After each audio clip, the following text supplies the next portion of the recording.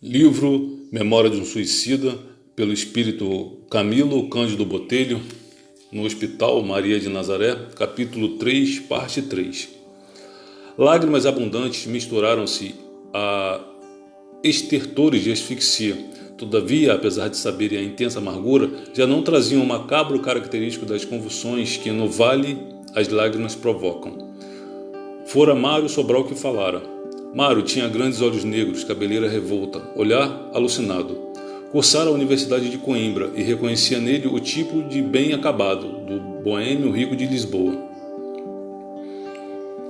Seu palavreado de ordinário era nervoso e fácil. Seria excelente orador, se da universidade houvera saído sábio e não boêmio.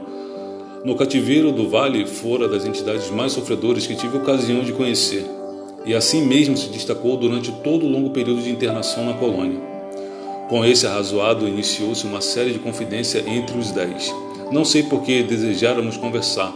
Talvez a necessidade mútua de consolação nos impelisse a abrir os corações, recurso, aliás, ineficiente para lenificar angústias, porque se é difícil um suicida ou consolar-se, não será certamente recordando dores e desgraças passadas que logrará amenizar a penúria que lhe oprime a alma. És forte em dialética, amigo, e felicito-te pela progressão do modo de raciocinar. Não foi assim que tive a honra de te conhecer algures. Chasqueei eu, a quem incomodara muito a quebra do silêncio. Também eu assim o creio e admiro a lógica das suas considerações, ó amigo Sobral. Interveio um português de bigodes fartos, meu vizinho de leito, cujo ferimento no ouvido direito, a sangrar sem intermitências, me causava infinito mal-estar, pois que, quantas vezes lhe prestasse atenção, lembravam de que também eu trazia ferimento idêntico e torturava-me em reminiscências atrozes. Era esse, Jerônimo de Araújo Silveira, o mais impaciente e pretensioso dentre os 10, mais incoerente e revoltado. Prosseguiu ele. Aliás, eu jamais descri da existência de Deus, Criador de todas as coisas. Fui, isto é, eu sou, pois que não morri, católico militante. Irmão remido da venerável Irmandade da Santíssima Trindade de Lisboa, com direitos a bênçãos e indulgências especiais, quando necessário. Creio, meu vizinho, que chegou ou já vai passando a ocasião de reclamares os favores que são de direito obteres. Não podes estar mais necessitado deles. Revidei crescendo de mau humor, fazendo-me de obsessor. Não respondeu, mas continuou. Fui, porém, muito impaciente e nervoso desde a juventude. Impressionava-me facilmente. Era insofrido e inconformado, às vezes melancólico e sentimental. E confesso que nunca levei a sério os verdadeiros deveres do cristão, expresso nas santas advertências do nosso conselheiro e confessor de Lisboa. Por isso mesmo, certamente, quando se me deparou a ruína dos meus negócios comerciais, pois não sei se sabeis que fui importador e exportador de vinhos, crivado de dívidas insolúveis, surpreendido por estrondosa e irremediável falência.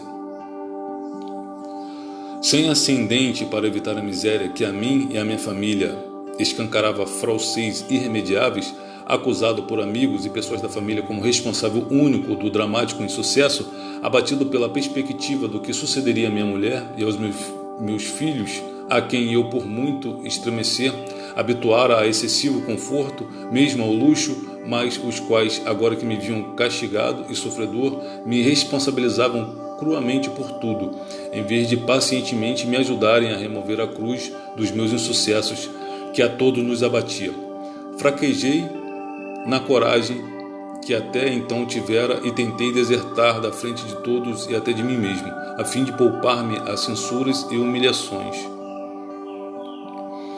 Todavia, enganei-me, mudei apenas de habitação, sem conseguir encontrar a morte, e perdi de vista a minha família, o que me tem acarretado insuportáveis contrariedades.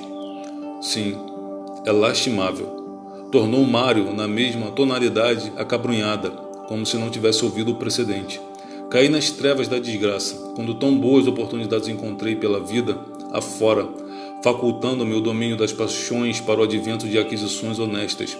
Esqueci-me de que o respeito a Deus, à família, ao dever, Seria o alvo sagrado a atingir, pois recebi bons princípios de moral na casa paterna. Jovem, sedutor, inteligente, culto, envaideci-me com os dotes que me assistiam e cultivei o egoísmo, dando asa aos instintos inferiores que reclamavam prazeres sempre mais fabricitantes. A convivência afetada da universidade fez de mim um pedante, um tolo cujas preocupações únicas eram as exibições vistosas, se não escandalosas. Daí o perder-me no roldão das embocaduras das paixões deprimentes. E, depois, quando não mais consegui encontrar-me a fim de conduzir-me a mim próprio, procurei a morte, supondo poder esconder-me dos remorsos atrás do ouvido de um túmulo. Enganei-me, a morte não me aceitou. Encontrou-me, de certo, demasiadamente vil para me honrar com sua proteção. Por isso devolveu-me a vida quando o coveiro teve a honra de encobrir minha figura repulsiva da frente da luz do sol. Minha mãe, porém, essa sim, não se enganou. Eu sou imortal. Jamais morrerei. Hei de existir por toda a consumação dos evos, em presença daquele que é meu Criador. Sim, porque para sobreviver às desgraças que cruciaram o meu sentir, desde a noite azigada da primavera daquele ano de 1889, só um ser que seja imortal. Alongou os olhos com gestos, como chamando recordações passadas para um minuto presente, e murmurou arquejante, apavorado, frente à página mais negra que lhe desvirtuava a consciência. Sim, meu Deus, perdoa-me, eu me arrependo e submeto-me, visto que reconheço que errei. Perdi-me diante de ti, meu Deus, à frente da desesperadora paixão que nutri por Eulina.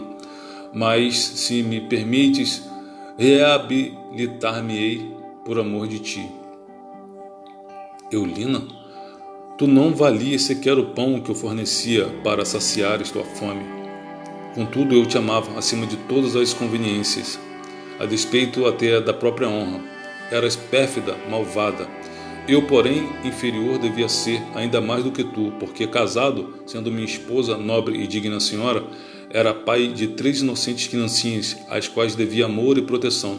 Abandonei-os por ti, Eulina. Desinteressei-me de seus encantos, porque me arrebatei irremediavelmente pelos teus. Estranha beleza dos torrões sul-americanos que tu eras. Oh, como eras linda! Mas não me amavas, e depois de me arrastares de queda em queda, explorando minha bolsa e o coração, abandonaste-me ao desespero da miséria e da ingratidão, ao me preterires pelo capitalista brasileiro, teu compatriota, que te requestou. Fui à tua casa, vi-me desfeitado, supliquei-te, rastejei a teus pés como louco, desesperado por perder-te, como insensato que sempre fui. Implorei migalhas da tua compaixão, vendo que já não seria possível teu amor. Provoquei-te a discussão, compreendendo que te fazias insensível às minhas desesperadas tentativas de reconciliação. E, cego pelos insultos que repetias, eu te agradeci, ferindo as faces que eu adorava. Espanquei-te sem piedade, maltratei-te a pontapés, meu Deus, ó meu Deus, estrangulei-te, Eulina, matei-te. Parou sufocado em convulsões odiosas de perfeito réprobo, para continuar após como se dirigindo aos companheiros. Quando, tomado de horror, contemplei a ação abominável que praticara, apenas um recurso me acudiu, rápido, qual um impulso obsessor, a fim de escapar às consequências que, naquele momento, se me afiguravam insuportáveis, o suicídio. Então, ali mesmo, sem perder tempo, rasguei os lençóis da desgraçada e pendurei-me a uma trave existente na cozinha. Forma essa, pouco poética, de um amante morrer? Zombei eu, enfadado com a longa descrição que desde o vale diariamente ouvia-o repetir. Aposto em como Vossa Senhoria, senhor professor, que tão elegantemente desejou morrer, recordando Petrônio, fê-lo pelo amor platônico de alguma senhora inglesa, loira e apessoada. Portugueses ilustres, como Vossa Senhoria vem demonstrando ser, gostando de amar, damas inglesas. Dirigia-me agora a Belarmino de Queiroz e Souza, cujo nome tresandava a fidalguia. Até essa data ainda me irritavam as atitudes do pobre comparsa do grande drama que eu também vivia, e sempre que houvesse oportunidade, ridicularizavam, defeito muito do meu feitio e que muitos vexames e dissabores costume até corrigi-lo durante os serviços de reforma interior que ao meu caráter impus na pátria espiritual.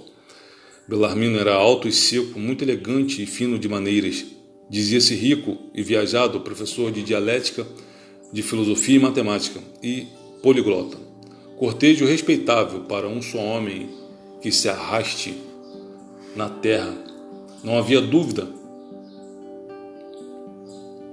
mas que não o impedira de demorar-se, e mais o monóculo, o fraque e a bengala nas pocilgas do Vale Sinistro, durante o interessante estágio que ele fizera por se haver suicidado. Isso mesmo, lançara-lhe eu em face, muitas vezes mal-humorado entre a vaidosa enumeração que fazia dos variados cabedais próprios. O doutor, porém, porque era doutor, honorificado por mais de uma universidade, jamais revidou minhas impertinências.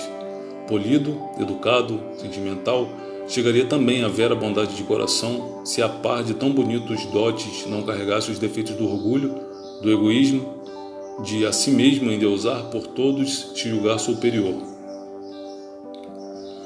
Ouvindo-me, não respondeu com um agastamento, como sempre. Antes foi em tom macio, mesmo pesaroso, que se expandiu, dirigindo-se a todos.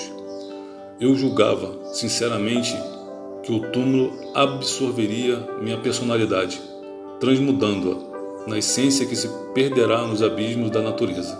Seria um nada.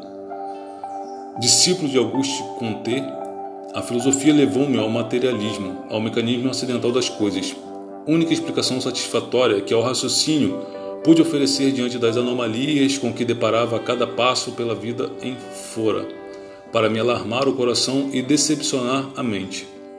Nutri sempre grande ternura e compaixão pelos homens, as quais considerava irmãos de desgraça, pois, para mim, a vida era a expressão máxima da desgraça. Embora deles procurasse afastar-me quando possível, temendo amá-los demasiadamente e, portanto, sofrer, nem outra coisa compreenderia eu o que seria senão desgraça um homem nascer, viver, trabalhar, sofrer, lutar por todos os pretextos para depois desfazer-se irremissivelmente no pó do túmulo. Não fui jamais dado a namoramentos de baixa ou elevada classe. Para que amar, constituir família, contribuindo para lançar à vida outros desgraçados a mais, se a filosofia convencera-me, além do mais, de que o amor era apenas uma secreção do cérebro. Fui um estudioso, isso sim, e estudava a fim de me aturdir, evitando o acúmulo de elucubrações sobre a miserável situação da humanidade. Assim sendo, não sobravam a mim horas para cultivar amor junto a damas inglesas ou portuguesas. Estudava para esquecer que um dia também me perderia no vácuo. Fui um infeliz, como toda a humanidade o é. Somente no ambiente sereno do lar desfrutava alguma satisfação. Agarrei-me ao lar quanto possível, pesaroso de um dia ser forçado a abandoná-lo para me aniquilar entre os vermes que destruiriam minha individualidade. Minha mãe, que partilhava de minhas convicções, porque também as recebera de meu genitor, bastava-me para companhia nas horas de lazer. O móvel da minha tentativa de suicídio, como vê, não foi desgosto amoroso, foi a perda da saúde. Fui sempre fisicamente débil, franzino, um triste, sonhador infeliz e insatisfeito, apavorado do existir. Incorrigível desconsolo entenebreu os dias da minha vida. Encerrado neste círculo deprimente, vi a tuberculose apossar-se do meu organismo, mal hereditário que me não foi possível combater. Desenganado pela ciência, preferi então acabar de vez, sem maiores sofrimentos, com a matéria miserável que começava a apodrecer sob a desintegração fornecida por uma moléstia incurável. Matéria que, por sua própria natureza, destinada era à podridão da morte, ao eterno tombo nas voragens do nada.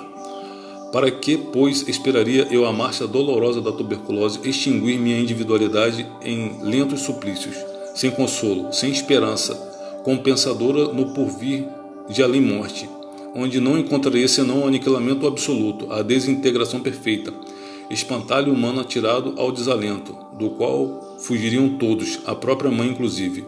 Quem o adivinharia? temendo os perigos do contágio. Morrer era a solução boa, muito lógica, para quem, como eu, só via à frente um corpo aniquilado pela doença e a destruição absoluta do ser como desanimadoras expectativas.